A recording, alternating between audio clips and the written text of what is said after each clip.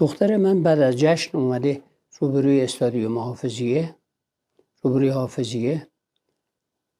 تاکسی سوار شده. راننده تاکسی گفت من ببر سنگ دقاقیا.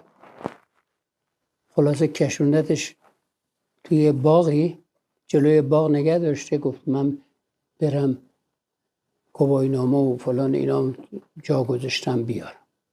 میره داخل باغ، بر میگرده، سوار ماشین میشه، در تاق باز میذاره، وارد میشه، میگه من رفتم گواهینامه و اینا رو برداشتم، یخچال کوچیک من سوخته، باید تنهایی نمیتونم، باید شما هم کمکم بری، من کرایه ازت نمیخوام.